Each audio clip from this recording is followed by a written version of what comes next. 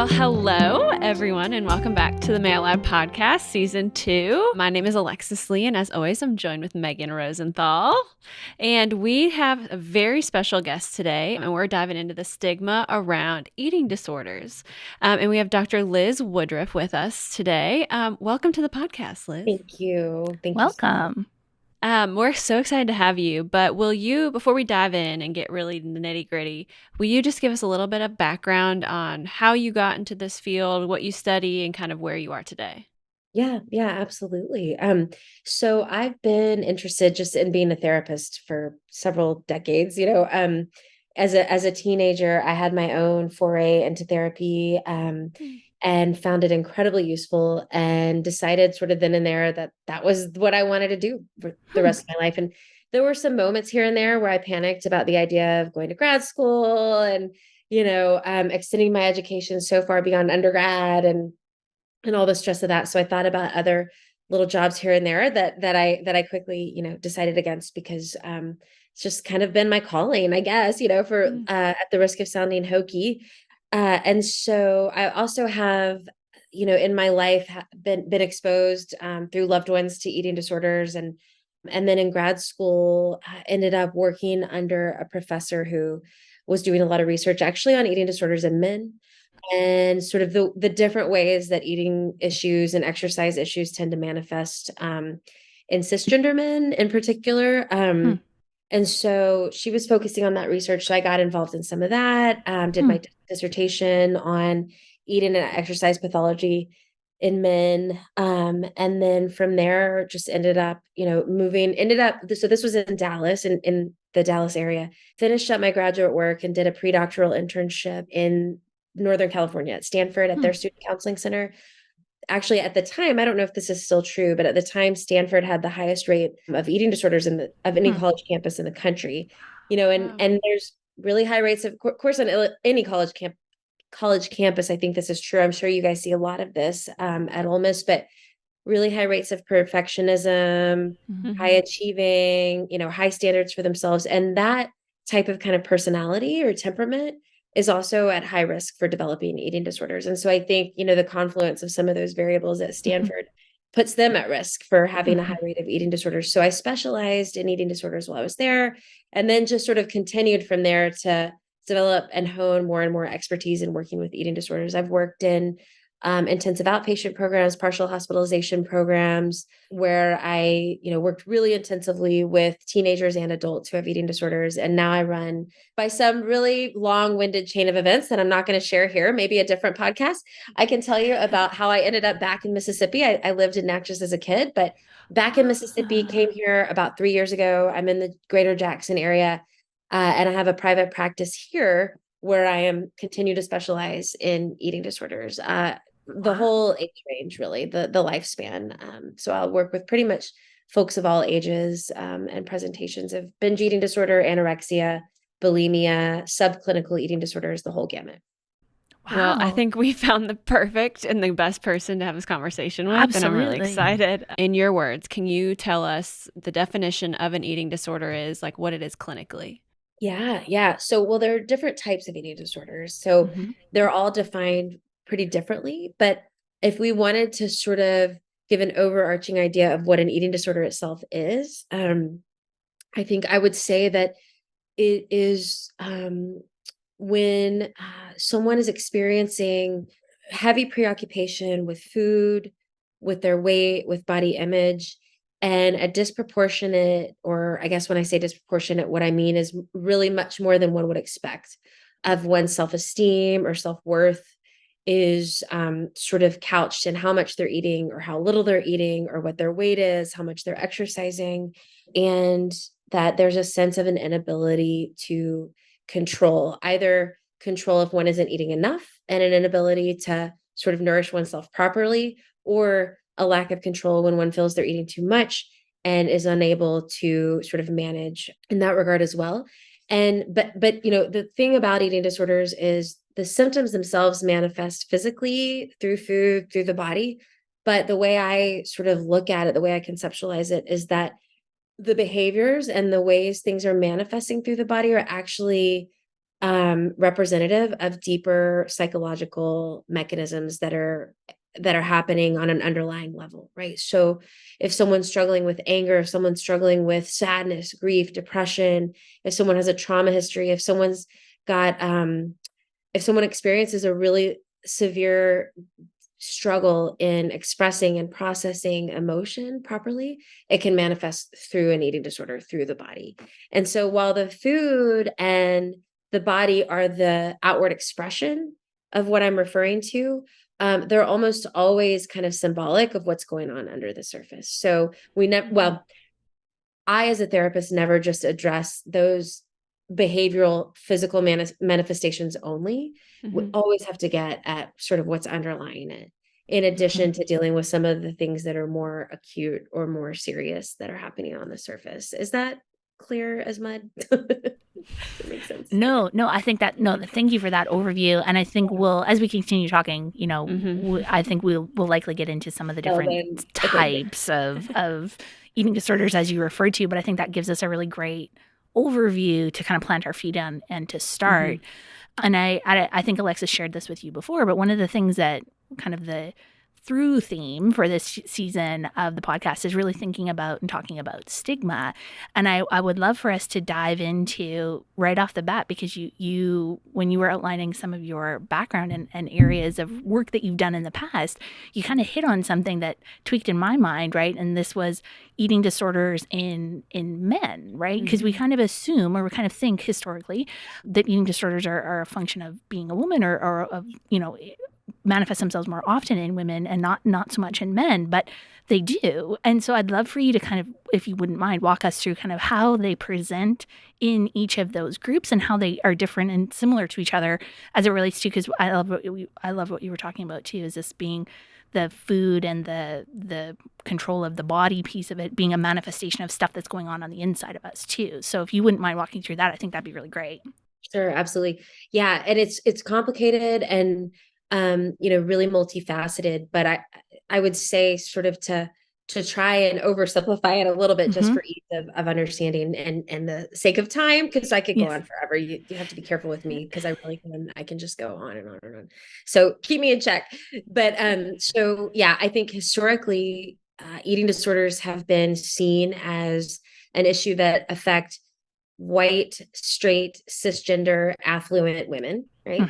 And it is true that high rates of eating disorders are seen in those populations, but not only those populations. So just to speak very, very briefly on race and ethnicity, there's actually really no discernible difference among different ethnicities and races when it comes to eating disorder prevalence.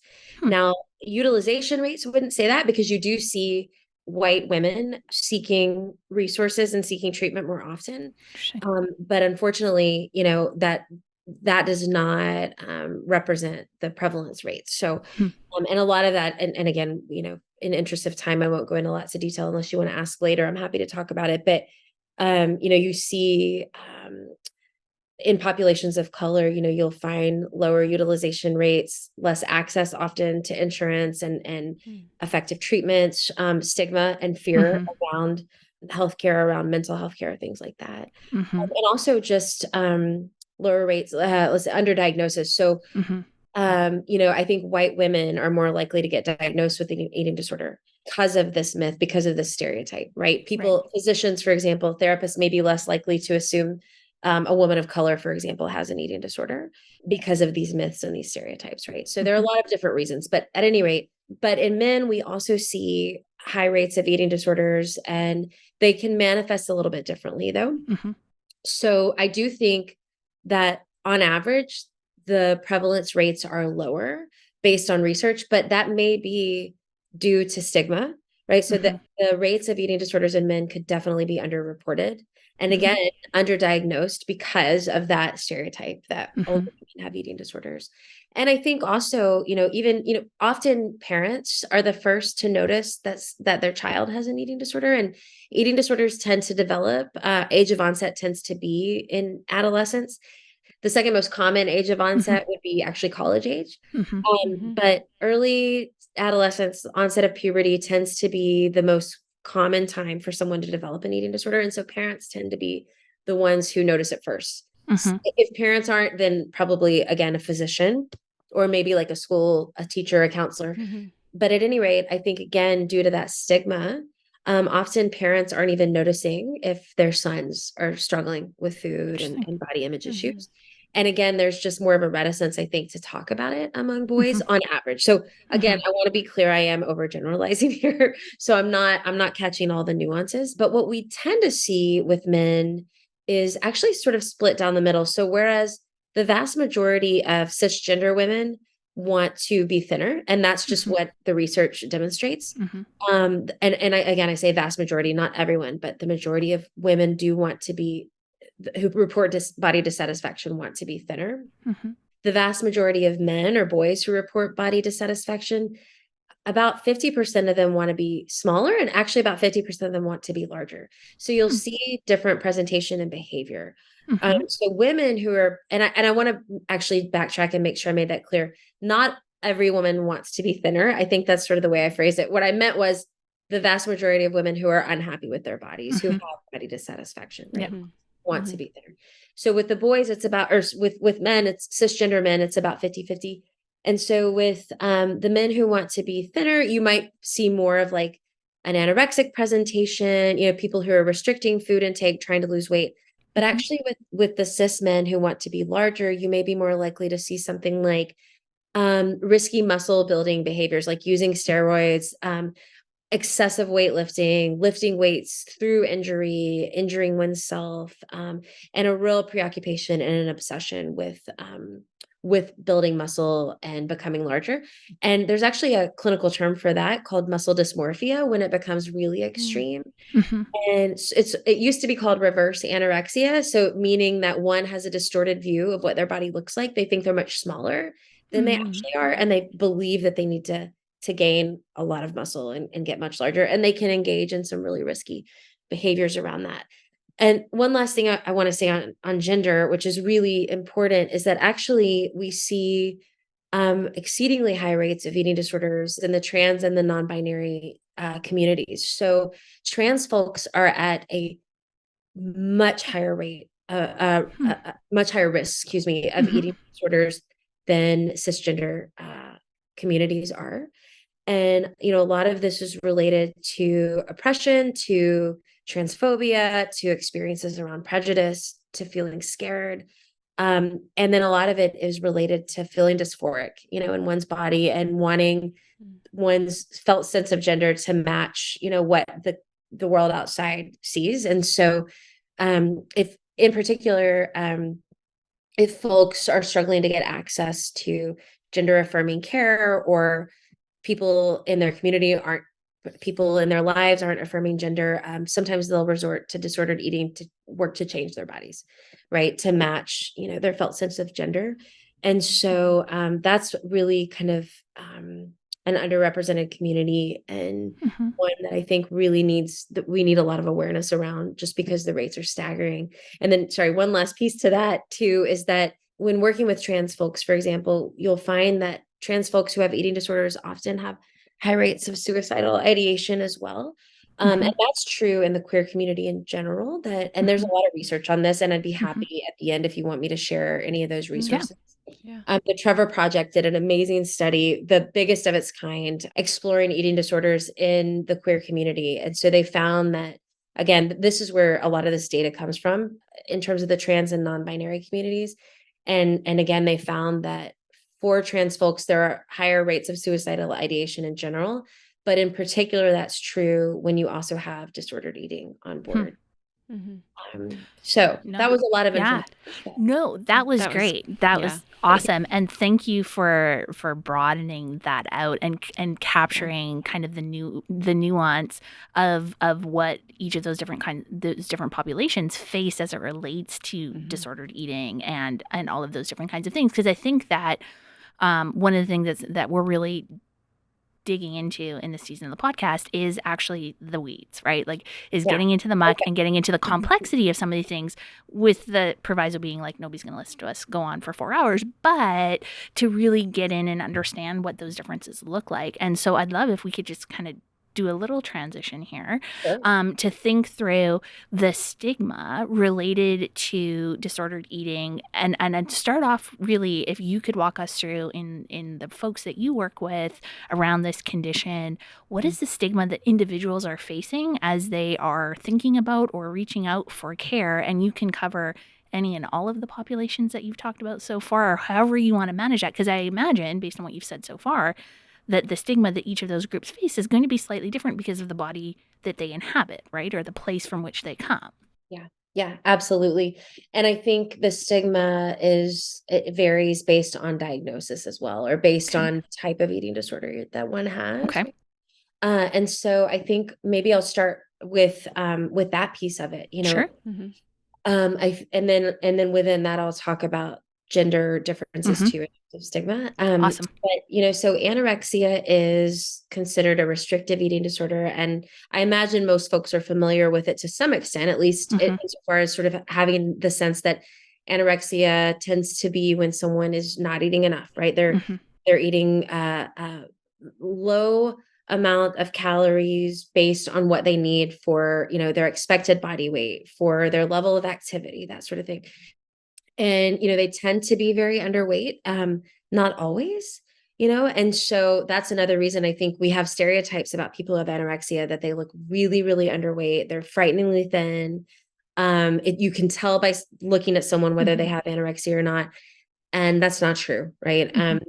Anorexia actually can happen in all different body types, and someone can be dangerously restricting their food intake, but they may not be severely underweight. And so that's something that is, I think, a misnomer out there. But also, let's see, I think in terms of the shame, as much as we live in a culture that tends to hypervalue thinness, and especially for women, right, to value, to idealize a thin body, there's also this mixed messaging, I think, that we get in our culture, that you need to be thin, but you also need to eat enough, and you need to be thin, but you shouldn't be dieting. And if you have to diet, then, you're, there's something wrong with you. And there's just this sort of mixed messaging that happens. And often you'll see, now this is really going to age me. And in fact, it's probably going to age me so much that a lot of people listening won't even know who I'm talking about, but that's okay. I have no shame, no ageism here. But, when I was maybe in college a long time ago, let's see, I'm sure some of you remember Paris Hilton. And oh yeah. Yeah. Now I just aged myself. Yeah. Thank you, Megan. I really appreciate you kind of being in solidarity with me here. Of course, Alexis has no idea who we're talking about. I know exactly who we're talking about. Don't worry. Okay. Don't worry. Okay, Later, millennial. Don't worry. Yes. Okay. Got it. But yeah. So Paris Hilton, and do you remember Nicole Richie, her side? Yeah. That they did, like, whatever that show was together, where they were living on a farm. And, oh yes. You remember that? I do. Yeah. Well, I'm bringing this up because I remember very distinctly that Nicole Richie was considered, when she was on that show, people talked about how they thought she was fat and she was overweight, and Paris Hilton was so thin, and there was this really gross, perverted kind of focus on her body, and body shaming her. And then she developed anorexia, and she lost a frightening amount of weight and became quite thin. And then I remember seeing, like, magazines. This was back when magazines still existed, and people go to the internet for everything too. But I remember seeing a magazine cover, shaming her for being too thin. And, and so I remember that actually very distinctly, because it hit me how impossible it is. Right. And so I think that as much as we feel this pressure in our culture, in particular women, whether cisgender or transgender, to be thin, there's also a stigma around not nourishing one's body enough and having to try too hard to be thin. And there's a stigma around not eating enough. And a lot of the people I work with, regardless of gender, will tell me that there's a lot of embarrassment around what they eat, around, they do what they call performance eating, where they will eat around friends, or they'll eat more around friends and family than they do when they're alone, so that people don't worry, or people don't shame them for not eating enough, so despite what people might think, because you'll hear a lot of glorification of anorexia in our culture too. I hear people say all the time. Like, I wish I could be anorexic. I would never be able to do that. I know it's Right. really, and I think it really speaks to just the glorification, right, of thinness and the reverence paid to people who can restrict their food intake. So I think as much as there is that sense, there is also a lot of shame inherent in having anorexia. And, just for folks who don't have any familiarity with the illness, when someone has anorexia, it is an excruciating way to move through the world. There is an extraordinary focus on weight and body and food, and it takes up all of one's headspace. And one's world and life becomes smaller and smaller and smaller. And not to mention, when your brain is in a state of starvation and when your body's really weak, you're pretty miserable physically and emotionally the vast majority of the time. So, so I think for those reasons, there can be stigma too when it comes to anorexia. So I'll move on next to bulimia. Yeah. Have some questions about that? No. I think I'm good, Alexis. Yeah. No, this is great. No, this is awesome. Thank you. So I think with an illness like bulimia, you'll find even more stigma and a lot more shame. I think on average, it actually is a little bit easier to hide bulimia than anorexia, because folks with anorexia, like I said, they tend to be restrictive. And even if you can't tell by looking at them that they're underweight or that they have an eating disorder, you can often tell by some of their behaviors around food. They may be skipping meals. They're eating extremely quote healthy, but just really low calorie, that sort of thing. But with bulimia, folks with bulimia tend, and again, I'm generalizing here, but they tend to eat a little more like someone who doesn't have an eating disorder when it comes to their day-to-day eating. They're not going to necessarily be as restrictive. Sometimes they might, but on average, you're not going to see the extreme restriction in food intake. But what you'll see is binge eating in secret, usually. So binge eating is when someone consumes a really high amount of calories that would be much higher than what we would expect someone to eat in one sitting. So that could be eating, entire bag of chips, an entire large pizza, and a carton of ice cream might be considered a binge, or having an entire birthday cake. I've had patients who've eaten an entire box of Cliff Bars as a binge. And so, and also often when someone's binge eating, they have this experience almost of having like an out of body sensation. So dissociation is actually the clinical term for that, but it's when, when someone is not emotionally present, they're not mentally present, that they feel like they're not in their bodies. And that's one of the functions of a binge, is that it helps someone. And ultimately, this is not necessarily an adaptive thing, but when someone's really overwhelmed with emotion or trauma, binge eating can help to dissociate or detach from those emotions. Yeah. And so often, though, after a binge, an extreme sense of guilt and shame may come up. So there's a lot of stigma and shame around the binging, right? And we probably don't have to talk a whole lot about that, because I think generally in our culture, we understand that there's so much stigma associated with what someone might consider, quote, overeating or being out of control and not having willpower. So the stigma there, and then the guilt and shame might lead someone to engage in what are called compensatory behaviors, but like trying to get rid of the food just consumed. So that could be through vomiting after eating. That can be through excessive exercise. Sometimes it can actually be restricting. If someone has a really significant binge, they might not eat for the rest of the day, or they might try not to eat tomorrow as a way to compensate for the calories that they had during the binge. And in particular, with the binge and purging through vomiting, there's an immense amount of stigma and shame around that. And so generally what I find with my patients is they're extremely secretive about their disorder. And whereas, again, anorexia is a little bit more difficult to conceal, I've worked with folks who, have been dealing with bulimia for sometimes 20, even 40 years. Wow. And no one knows. No one's ever known. And they've done such a job of keeping it a secret, and they're so embarrassed of it because of the stigma attached to that. So, and I think with binge eating disorder, again, you'll find a lot of stigma. It wasn't until very recently in the last, I'm looking at my DSM book. I forget when it came out, but it was quite recently in the last 5-8 years or so, I forget.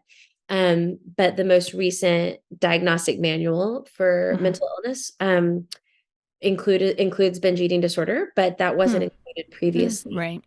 Yeah. And so, I think in the past, folks who had binge eating disorder were just shamed and told that they had no control and, that they needed to diet. That is not a solution to binge eating. In fact, dieting tends to reinforce and perpetuate the binge eating because restricting our food intake makes us eat more later on, right? Yeah. Right. Yeah. And so it's actually not an antidote. Dieting, it's an intuitive response to a binge, but it is not a useful one. Right.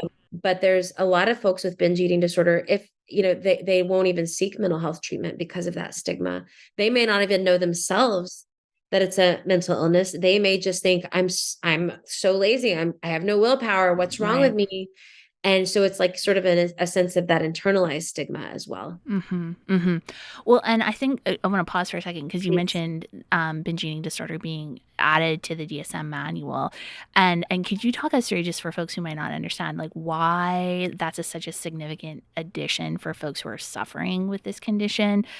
Because I think that it'll help folks understand kind of that this is, it is a real condition. It has, like any other, we were talking in some of the previous episodes about, substance use disorder being a chronic condition, just like diabetes, just like hypertension. And so if you could walk us through kind of why that's a really important addition from your perspective as a clinician. Yeah. Sure. And also add of like going on to that of like why eating disorders in general are included in the mental health illness category. Question. That's a great question. Actually, I'm going to start with that, and that'll segue into the binge. Perfect. So yeah, eating disorders are considered a mental illness because there is an underlying psychological component. So sort of what I was mentioning right at the beginning, right? And that's sort of hard to explain without ample time. So I'm trying to think of a really nice, compact way to explain it. But again, an eating disorder is a physical, concrete, behavioral manifestation of a deeper psychological struggle. So often it may be anxiety, it may be trauma, it may be, struggles in one's family. All these different variables, genetics too, work together to contribute to an eating disorder. But it is always, there's a deeper underlying psychological component that has to be addressed. And if it's not, and only the behaviors of the eating disorder are addressed and resolved, the eating disorder will either not fully resolve itself and one won't recover, or someone might resolve the eating disorder, but their symptoms might shift into substance misuse or, any other self-harm, any other kind of maladaptive coping, right? But the way I look at it is it's almost invariably an eating disorder is a response to unprocessed emotion, unprocessed trauma, things that somebody cannot put into words, that they can't even reflect on because it's too big and hard and difficult. And they haven't had the support they needed, whether it was in childhood or, at any point in their lives, to manage those big, hard, difficult things. And so binge eating disorder, and that's why eating disorders are in the DSM, in the mental illness diagnostic manual, because it is a physical manifestation of a psychiatric problem, right? And binge eating disorder is in that category. But historically, like in the medical community, for example, folks who have binge eating disorder were not seen as having a psychiatric problem or an emotional problem. They were seen as having a weight problem. Right. And it was seen almost more as a character defect, right? You don't have willpower. You need to cut back on your food intake. What's wrong with you, right? Not a curiosity about, okay, what is it that's leading you to overeat? Is there some way you're using food to cope and manage stress or emotion? What's going on that's contributing to this? And now that binge eating disorder has been included in this manual, it's facilitated, encouraged a curiosity rather than a judgment about someone who's got issues around binge eating or overeating. And I think within the community of folks who have binge eating disorder themselves, it's helped them to recognize, okay, this isn't just that I am deficient. This is that I have a psychological condition that leads me to use food to manage. And if I can address those underlying struggles, then I can find a way to manage without having to turn to food. So again, sort of oversimplified, but that is in a nutshell the way I might explain it. And so it's really helped folks get the help they need and actually heal from the problem, as opposed to just continuing to shame them and keep encouraging them to diet, which is only fueling the problem, in my opinion. Yeah. And I think what you're saying is like such a great move and a step towards in our communities, especially, and like practitioners in general, to help to, destigmatize this and just meet people where they are and say, it's not your fault. That's in right. a way. That's right. And what you were saying earlier about people often hide it, and it's very hard to recognize that when it's happening in someone. What advice would you give to family members and like really close unit friends around the person struggling? What signs would you look for? What, changes in behavior, things of kind of like, if they're suspecting maybe something, what would be the first thing you would point them to? Yeah. So in terms of signs, again, that will vary based on the presentation, but psychological signs might be withdrawal, that they're less engaged socially than they used to. You find that they're isolating a lot, depressed mood, keeping things to themselves, spending a lot of time. I think I mentioned that already, but isolated, refusing to eat around others. I think with any eating disorder, you're going to find that to an extent. With binge eating or bulimia, you might find large quantities of food disappearing, like from the cabinet or something. With bulimia, you might find food wrappers in the trash can in the bathroom, right? Like people shouldn't be eating in the bathroom, typically, right? With bulimia, you'll find, so the glands around the face, they're called the parotid glands, but you'll find that they tend to be swollen. So you'll see kind of swollen cheeks, swollen glands in folks with bulimia. In folks with anorexia, of course, extreme weight loss. If someone's lost their period, if they're a cisgender woman, you'll often find, that folks who have anorexia will lose their periods. A real preoccupation with food, talking about food all the time, an obsession with food, cooking food for others, but not eating it, baking lots of things, but not eating it. The list really goes on. I think that probably captures the most telltale signs that come to mind immediately. And then in terms of how to broach this with loved ones, it can be extremely delicate. And I think naming that dilemma can be really useful. Saying something like, look, I feel a lot of hesitation to bring this up because I don't want to upset you or push you away. And on the other hand, I fear that I would be really neglectful if I didn't talk about this with you, and that I am worried. I've noticed these things, and I just want you to know I'm here for you. And, if you're a friend or like a sibling or something, just saying I'm here for you. And if you want to talk, if you're a parent, I think sometimes you being a little more proactive and saying like, I really, let's go talk to someone about this, or get to the student counseling center, or, I'm sure there are folks there that can actively help to assess for an eating disorder and then help to triage for appropriate resources. Oh, and I mentioned earlier this idea of curiosity, like help me understand, like, what is it that, instead of like, this is so bad, why are you doing this? This is going to kill you, which is our instinct, right? Because it's terrifying. And I can't tell you how many times I want to say that to patients. And I probably have more than once in my life said that to patients. But expressing some curiosity, like, as much as I'm worried and I'm scared and I want to tell you, like, what are you thinking?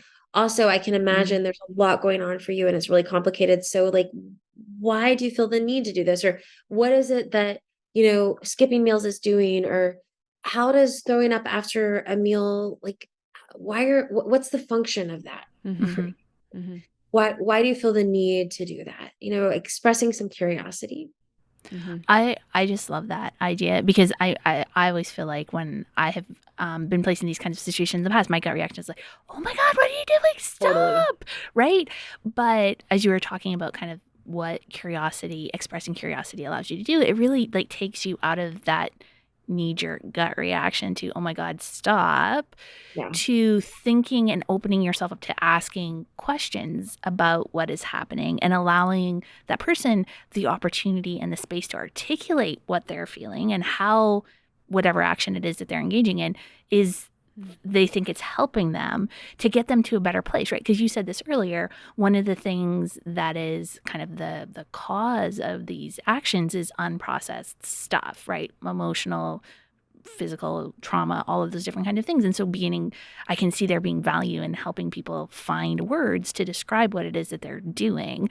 And then you're not hopefully turning them off, right? Because we know already too, if you freak out, because they already feel all of this shame and guilt and a sense that what they're doing and what they're what they're doing to their bodies or not doing to their bodies isn't a good thing, right? Folks know this. And then you just drive them deeper into a hole and they're never going to come back out of it again. So I love that as an approach. And and naming what you said too about naming this fear of talking about it up front to say, because I think that's the other thing that I struggle with sometimes too, thinking about these things is like, yeah, but if I say something, it's going to make it worse, or they're never going to want to talk to me again, right? And I love that you shared that, that's not actually the case. You're opening up this dialogue with this other person and you're expressing your care and love for them and concern that something's not right, but that you're there and that you want to be helpful to them. Yeah. So I think that's all amazing. Yeah, right. And back to that idea of stigma, that if we can help someone recognize we don't carry that stigma, or we're trying to understand instead of judge. Yes. That can help to again, like you said, open up the space instead of shut. Yeah. No, that's amazing. I want to ask what you think we could be doing to better be more proactive in spaces of K through 12 schooling and then also on college campuses. Yeah, that is a really, really good question. And I think education and K through 12, I think education for parents is actually of utmost importance. And back to that idea of what signs to look for, and then what do we do when we suspect that there's a struggle. So I think that's one piece. But I also think, so within the medical community, there can be a lot of, I'm trying to think how to say this politically correct. There can be, a lot of unconscious bias around weight, I think.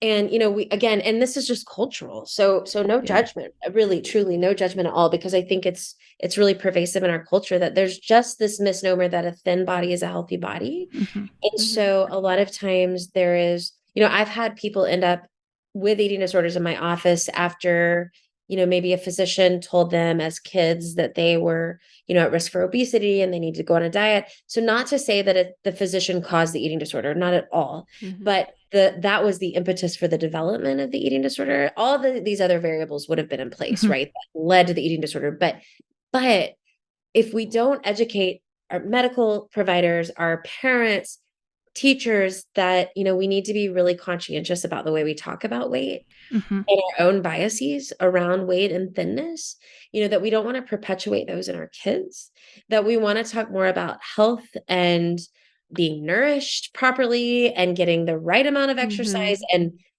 exercise being about joy rather than just calorie burning and weight loss, and really kind of providing education around how we can help kids understand weight, food, exercise, bodies, not from this model that we've had for so many decades of like, we have to be thin and we have to be lean, but instead about health and wellness and wholeness, right?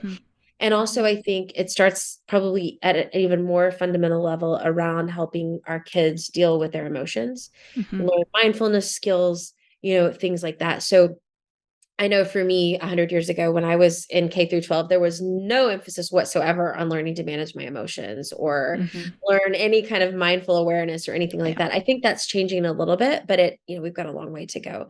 And so if we could help our kids learn better how to deal with stressors, et cetera, I think we would see reduced rates of mental illness in general.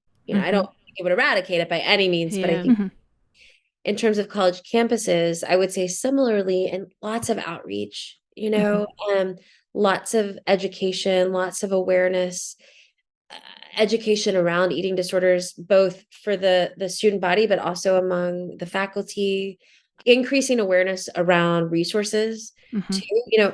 When I was an undergrad, I didn't even know that we had a student counseling center. I'm sure someone told me, but I didn't really have this awareness that I had like 15 free sessions a year or whatever it was at the time. And So knowing too that there are resources and making sure that students have access to those and that they're aware of how to gain access, that sort of thing.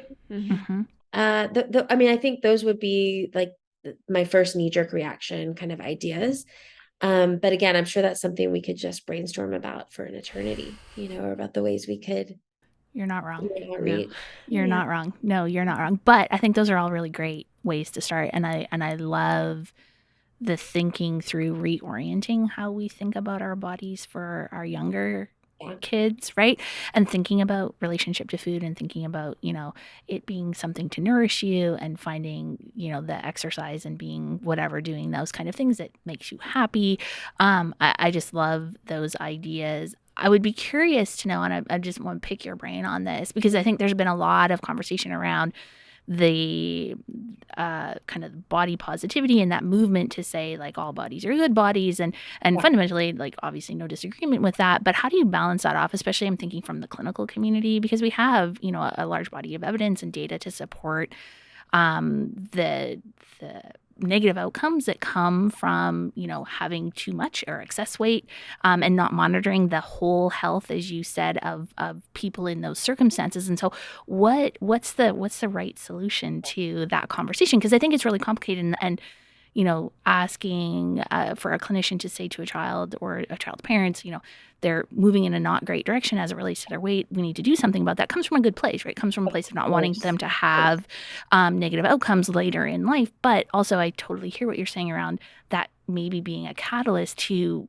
spiraling in a not good direction either. So from your perspective and expertise, what's the right balance to those conversations? Yeah, well, I mean, I think it's extraordinarily nuanced, and so much of it, unfortunately, is case by case. So I don't know that there's a great sort of panacea, if you will, or a great solution that can capture all those nuances and the whole country, for example. But I think that it is not black and white. It is not a binary sort of issue. Unfortunately, as much as our minds want to turn things into binaries because it makes it so much easier to find that solution, it isn't. And you're exactly right that there needs to be an emphasis on having a healthy relationship with food from either direction. That we have an understanding of the things that are good for us to nourish our bodies, that are going to fuel our bodies, but that aren't going to hurt our bodies. But also we need to eat enough to fuel our bodies and nourish our bodies. Otherwise that hurts our bodies, right?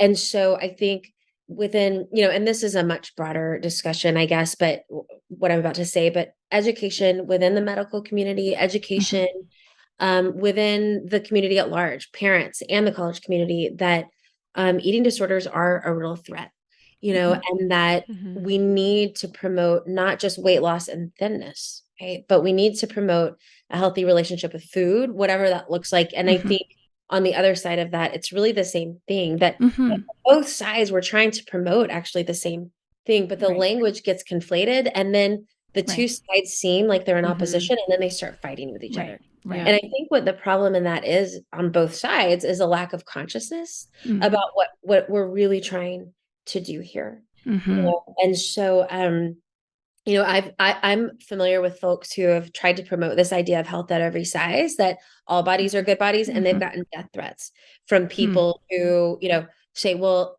this is dangerous. And, and then the reverse is true. I know people who are sort of spearheading more of like the, fighting obesity, movement, and people in the health at every size body positivity camp are enraged about it. And so, but the sides aren't listening to each other. Right. And if we could bridge this gap and sort of, as a friend of mine says, call people in instead of call people out. Right. And actually start a conversation. Is that great? I know. Start a conversation and really try to understand instead of being so pitted against each other. I think it might help to come to some better solutions. So if you have ideas about how we can do that, I'm all ears. Well, I want to say like maybe two things, but probably three. I'm going to work through them.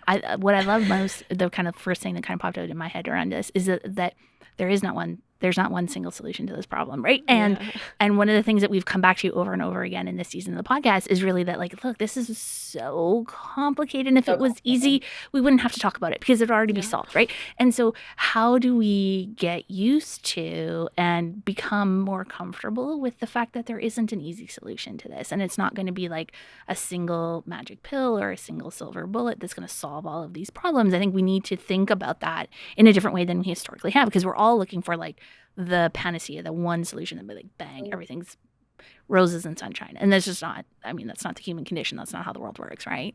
I think also your observation about really both sides of these, you know, this debate, right, such that it is really actually we're all after the same thing. People who are living good, healthy lives that are able to function in the world in a way that makes them happy. That's the goal. And you're totally right that everyone's talking past each other, because as I have been the recipient of emails on this campus from folks who are concerned about some events that were being held around disordered eating, and you know, how can you possibly promote this in a state that has such an epidemic of obesity? And it's like, I see what you're saying. I do, but there's this other side of this. And it was just like, at the time, I didn't have the language to really dive into that and have a conversation. But I think what you're saying, so that's why it struck me. So like right here, I'm like, oh yeah, you're right. And inviting people into the discussion versus calling them out, that is such a antithesis of our current environment. But I love that as an idea. So why do, you know, being curious, inviting them into the discussion, asking questions to understand that perspective, like what a novel set of ideas in this space. Like, I just love it. And it's gonna be something that people are gonna be like, wow, why didn't I think of that earlier? Right. Yes. No, that's so brilliant.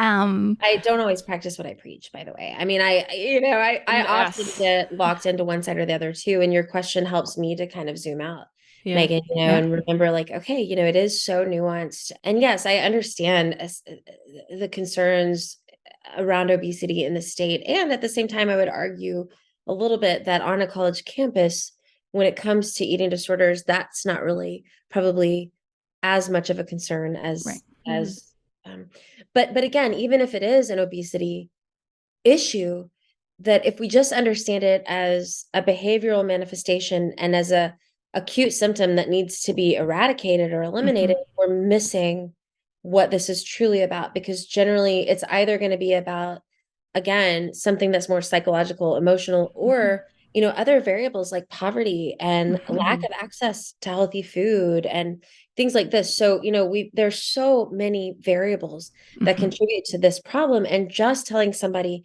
they need to lose weight and need to go on a diet is really missing kind of the larger picture too, right? So back to that idea of just curiosity and discussion in general about what needs to be done and how we can help tackle the issues. Yeah, no, this is incredible. Alexis, did you have a question that you look like you might be asking? I was gonna move into wrap up if there were no other questions. I love the segue of like curiosity and like having a conversation and calling people in, and that's what we want to do with this podcast. So if you could give 3 takeaways for our audience, Liz, of what's one thing they could do for themselves to kind of have a different conversation with themselves about eating disorders, what's something they could do with their family units, and what's something they could do in their communities? I would say examine your own, like, and maybe exam is not the best word. That's like too severe of a word, but get curious about your own stigma around food, eating disorders, etc., weight, obesity, all of these things.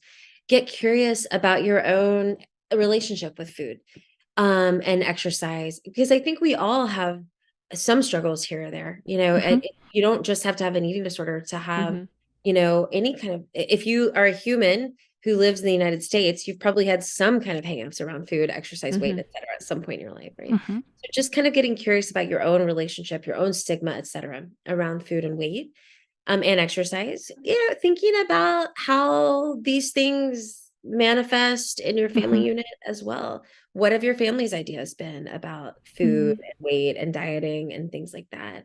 What do you notice about that? Where do some of your beliefs about these things, how do they stem from some of your family's perspectives, right? And then I would say from a community standpoint, to notice your judgments about others and really try. And if you notice because again, we all do it. We all do. And I am ashamed to admit I do too. I should have, but I caught myself having a judgment about something the other day that I'm not even going to share. And I caught myself though, and I reflected on it and I got curious about it. And so that's what I would encourage you to do when it comes to your community is notice your own biases, notice your own judgments about folks, whether you think they're really thin, whether you think they're fat, whether you think, oh my God, I can't believe that person's eating that, or if you think, oh my God, I wish I was anorexic. Remember, that comment I made earlier.